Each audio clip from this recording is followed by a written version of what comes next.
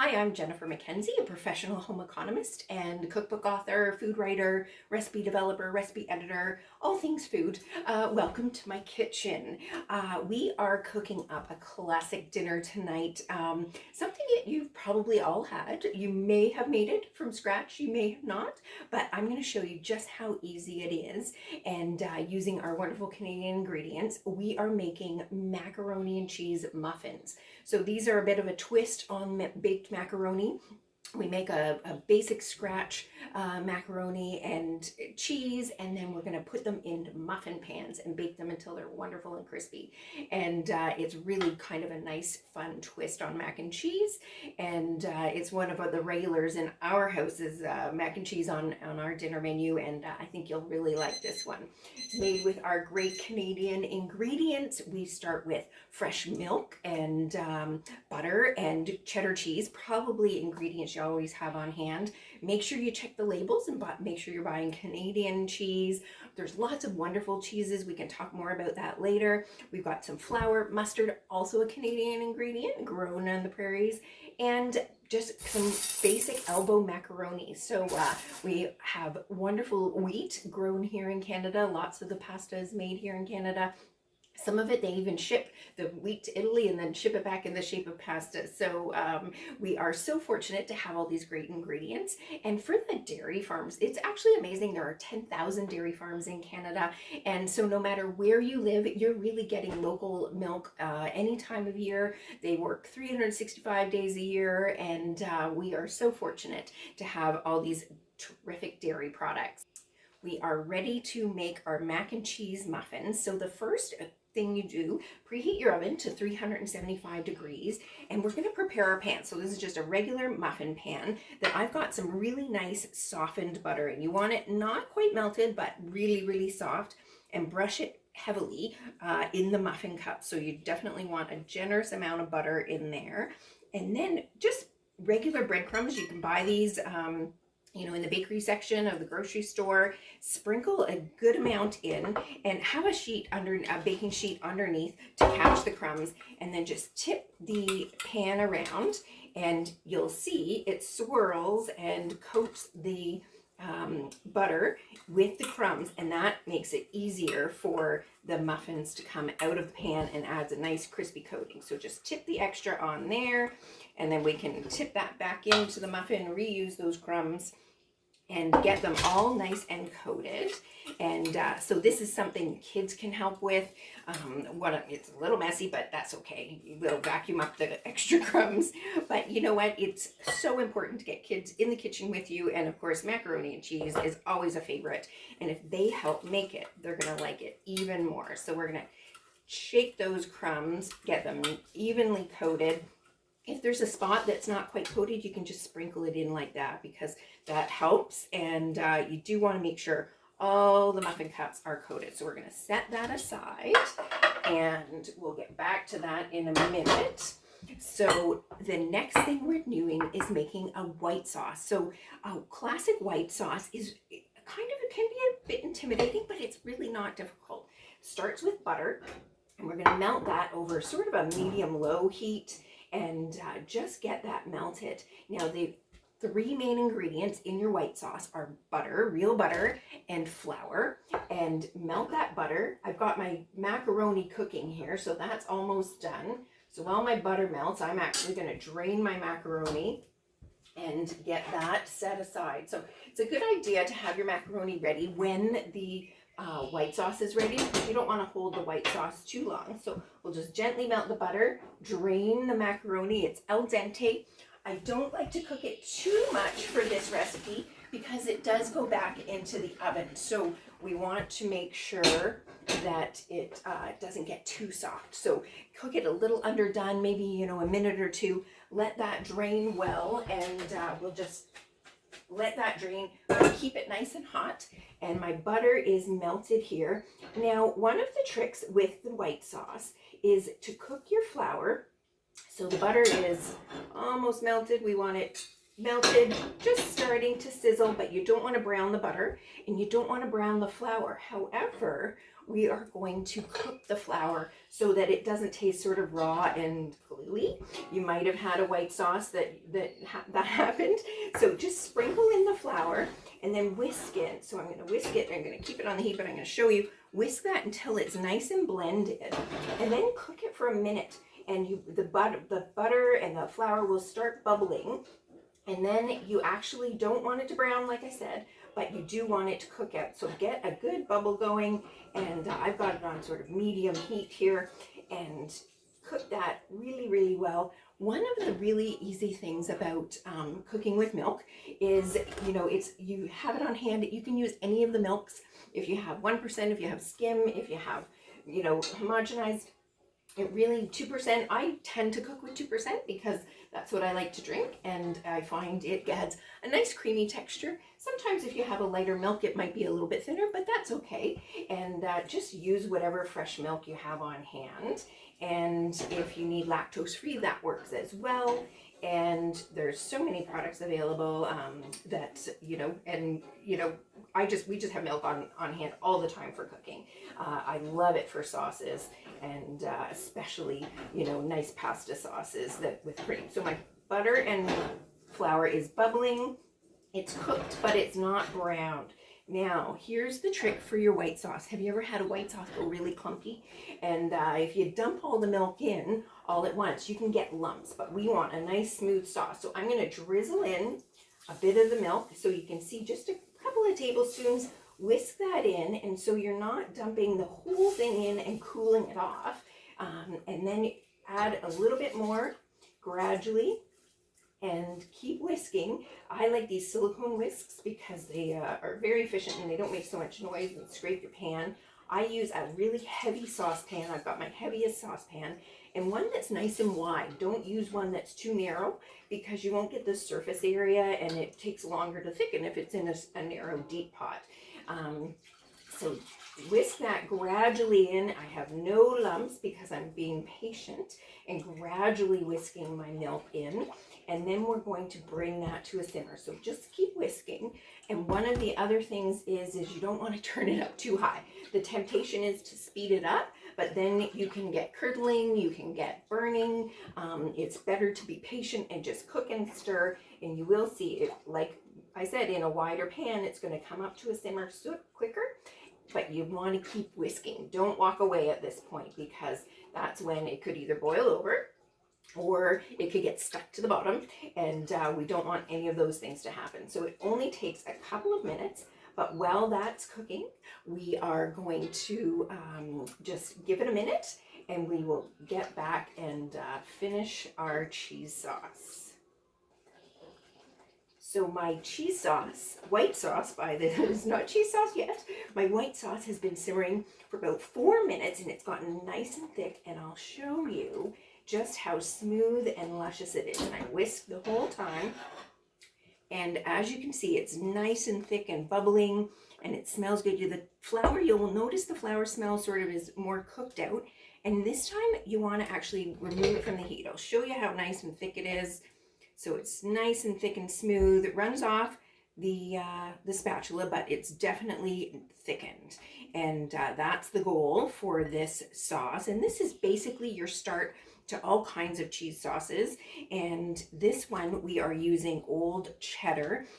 Take the white sauce off the heat. So I've actually got mustard. I was supposed to put this in before it cooked, but so cook in the mustard. So this is just dry mustard. You could use Dijon if you want. Gives it a bit more of a kick.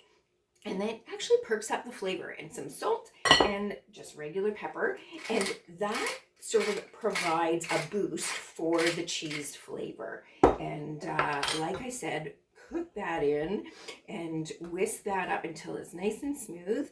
And now we're going to add the cheese. And now again, the hesitation, some people have a cheese sauce that splits and then it looks really ugly. It still tastes okay, but you definitely want to add your cheese gradually. So I'm going to show you. I actually take it off the heat, like I said, so that it's not too hot. and then just add 1 handful of the cheese, because the cheese is cold and you're adding it to a hot sauce. So we do want it to melt nice and smooth, but if you shock the sauce with a whole bunch of cheese and you have a cold cheese meeting hot sauce, it can definitely split out. So we're going to whisk that first portion in, and it's nice and smooth, it's not splitting, and it's staying really creamy.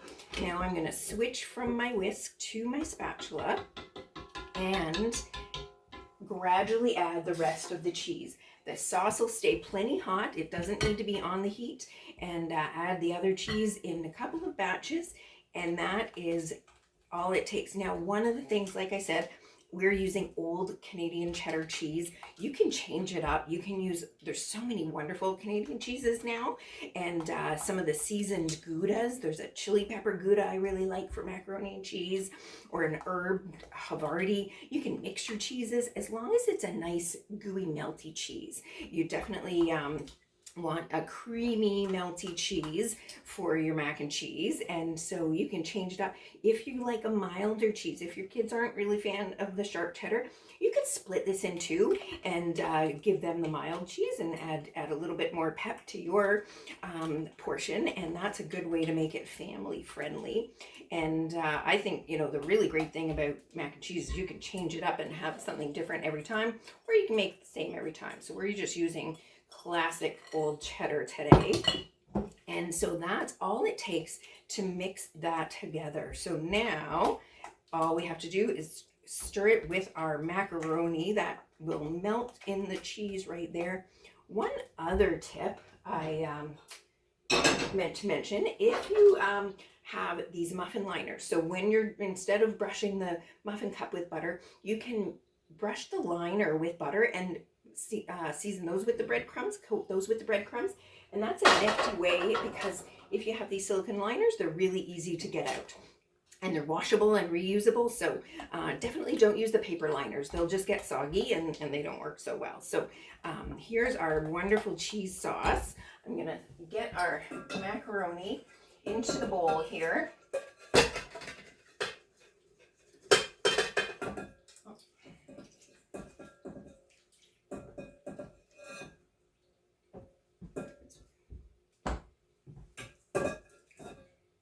As you can see, that started to stick a little bit because I had it sitting, but that's okay. We'll just break that up.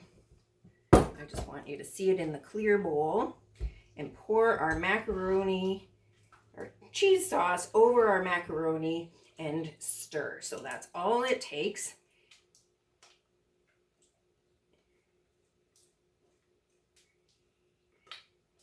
Okay, I'm going to get this ready, and we'll be right back. So we've stirred our cheese sauce with our macaroni. Look how luscious and creamy that is. Now this is quite a thick macaroni and cheese, and you can certainly eat it right away as it is. But the fun part is with our bread coated muffin cups, and then take a big spoon and pack it in. And you actually want to pack it quite a bit so that it takes the shape of the muffin pan. And it kind of looks like it all won't fit into the muffin pan, but trust me, it really does. It fits into 12 and makes 12 generous size muffins. If you want to pack it into 10, if you have them really mounding, you could, but I did find that a bit tricky. Certainly you want to make sure it's all divided.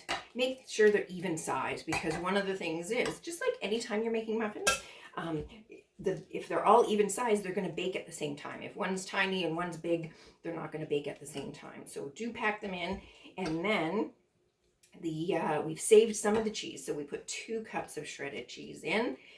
And one of the other amazing things about cooking with dairy is, especially if people don't want to drink a glass of milk, they are more inclined to have their dairy. We get vitamin D because all of our milk in Canada is fortified with vitamin D.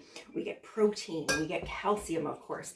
And those are such important things for all age groups. We always think about kids needing the calcium, but adults for sure. We all need it too. And by eating your dairy, you get all of those nutrients right in your food. And you can add milk to soups.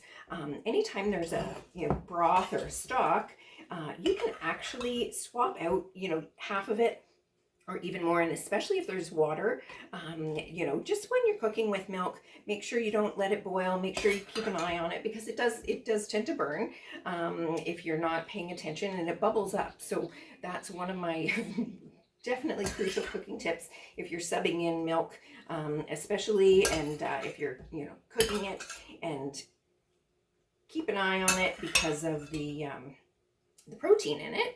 It can tend to bubble up, and you have to keep an eye on it. So we divided these pretty evenly. I've packed them in. You can see I'm just using a spatula. They don't have to look pretty at this point because they're going to look pretty when they're baked. So just pack that in. Make sure it's sort of inside the muffin cup so it doesn't spill all over. Again, this is something kids can help with, the older kids for sure. It is warm when you're working with it, but do with some supervision. And I think, getting kids into the kitchen, that's how I learned, on a chair beside my mom in the kitchen. And I grew up with quite a love of food, and kids will try a lot more different things. So I'm going to sprinkle on the last bit of cheese. These just bake for 20 minutes, so you can make them ahead even. So bake them for 20 minutes. And then the real key is you want them to sit for 10 minutes before you take them out of the pan. And I'll show you why, because they come out really nice if they sit. So bake those for 20 minutes. And while those bake, we're going to get our side dish ready.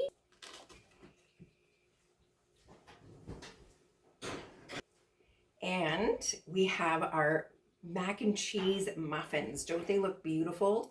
And all golden and crispy on top. And these have been sitting for 10 minutes. So like I said, that's a bit of a key to make sure you get them out. As you can see, I used some of the silicone liners, and those pop out nice and easy. You can peel that off, put that on your plate. I've got my plate full of crispy vegetables. That's what I like to have on the side of my mac and cheese. You could have a salad, some cooked green beans, whatever's in season. We've got some greenhouse vegetables, which are, amazing at any time of year. And when I'm getting these out of the tin, I've just got a rounded knife. You can just use a dinner knife if you want, but don't use something too sharp. Slide it around the edges, and the breadcrumbs, like I said, make a nice crisp coating, and then they come nice and easy out of the pan. So as you can see, we've got our little muffins. And want to know a lunchbox trick? These are really delicious cold. So you can have some for dinner tonight, hot, and then wrap them individually into little containers, and then take them to school. And even some ketchup for dipping wouldn't be too bad with those little mac and cheese muffins. So again, make sure you get your nice Canadian cheese and your Canadian milk, and serve it up with lots of veggies. And there's your mac and cheese muffin treat.